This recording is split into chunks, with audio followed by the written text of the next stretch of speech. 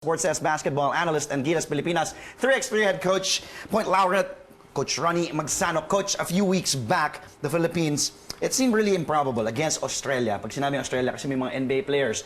Even without Ton Maker and Della Vedova, parang dehado tayo. And then nangyari yung natalo ang Boomers sa Japan. With that in mind, what do you think are the chances of Gilas to actually win tonight in our home turf? Siguro, yung cloak of intimidation na bura dahil tinalo ng isang Asian team. What are the chances? I think even ang chances. Ang byline for the third window is protect your home. And normally, teams really play better at home. Japan was able to beat them. I saw the highlights of that game. Japan paraded a new reinforcement who played before in Manila for the San Miguel Beermen. And I think another new player also hurt Australia. Yan yung hirap sa maraming windows dahil pwede kang magpalit.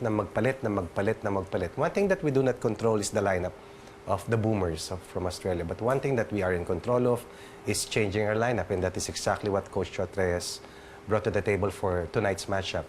Bring along Baseramer and CBC to replace Gio Halalon and, of course, Alain Maliksi. What are our chances? Even chance. But Chinese Taipei is a different challenge compared to Australia. The hardest thing is that the Boomers are coming off a loss against Japan. Why is it important? Kasi syempre tayo, we're already assured, di ba, of a berth. Carry over ang mga records, Trey. Sa second round. Sa susunod pa. Carry over ang records. Okay. So, kaya importante din to na manalo tayo against Australia tonight. At saka, para makita mo rin at mag-gauge yung sarili mo kung nasan ka na ba. Dahil ang preparation naman natin ay hindi magbabago dahil we are utilizing PBA players, meaning talagang limited yung preparation time ni Coach Chot. But one thing that he has mastered is the art of getting the team ready in spite of the fact that he has only about a week or two in getting the players ready to play with each other. Now, let's talk about the changes that we mentioned for Gilas. Pinalit nga, medyo a bit bigger, sabi din ni Coach Chot, di ba? Yun na, sinabi na ni Coach. Sinabi niya, na instead of si Alain and si Gio, si CBC and si Baser. Of course, you've worked, you're still working with Baseramer. Ano yung mga pros and cons makukuha with Baseramer there, one of the guards to play for Gilas against Australia tonight? Well, siguro si Gio is a better defender, but Baser is a better playmaker who is a scorer at the same time. So doon ang advantage ni Baser over Gio. With regards to CBC, I think it's also about the element of surprise. Coaches always love to do that. Makabunot ka ng isang dalawa na hindi kilala nung kalaban kasi kailangan very thorough ang scouting reports mo to always be ready for the matchups, to take away any surprises. Kasi 4, 6, 8 puntos ng hindi mo kilalang players, masasaktan ka eh. Lalong-lalo na against elite teams. And let's see if they will be in the rotation ni Coach Chot tonight. But I believe that these two players are truly capable of helping out the Gilas roster should they be given floor time in tonight's matchup. Tingnan natin, Coach, ngayon yung roster. Let's take a look and sino ba sa tingin mo maging X-factor sana dito sa match against Australia here. Here's a lineup we're looking at that will take on Australia tonight. We have to mention first that Terence Romeo, Jason Castro, and Troy Rosario were not in the same team that played the Boomers sa second window. Ngayon, nagbabalik sila.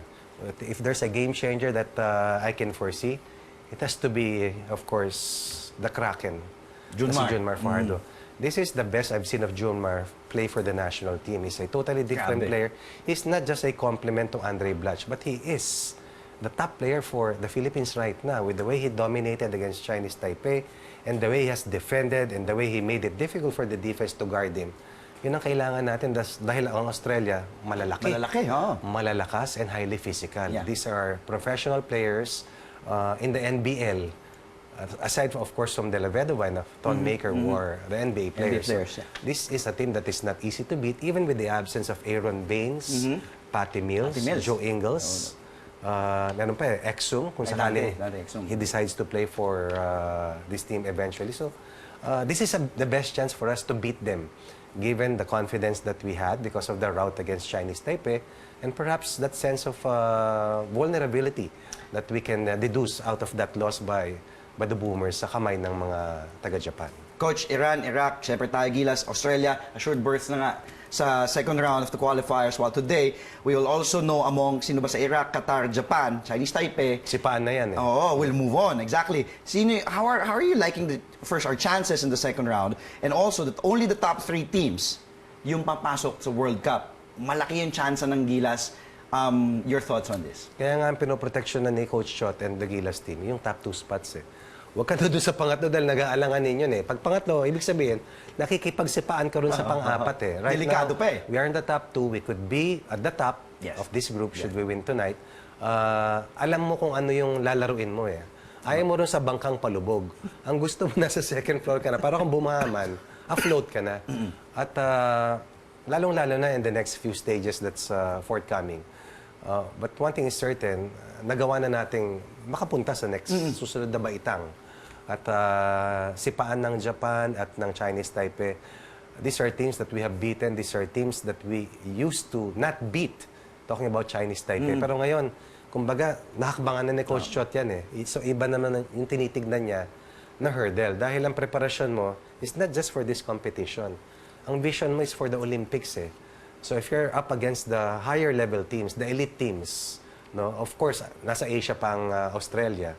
Pero hindi lang yun yung tinitignan mo eh. Because Australia is the number 8 team in the world. So hindi lang sila Asian team. Kung hindi, top 10 team in the world. If you want to be among the elite, you have to beat the best. And right now, I believe Australia is the best Asian team. Coach, always a pleasure picking your brain and listening to you, especially talking to you about basketball. Maraming salamat ulit. I'll see you again. Again, we just had Sports Desk basketball analyst Gilas Pilipinas, 3x3 head coach, and point laureate, Coach Ronnie Magsanoc.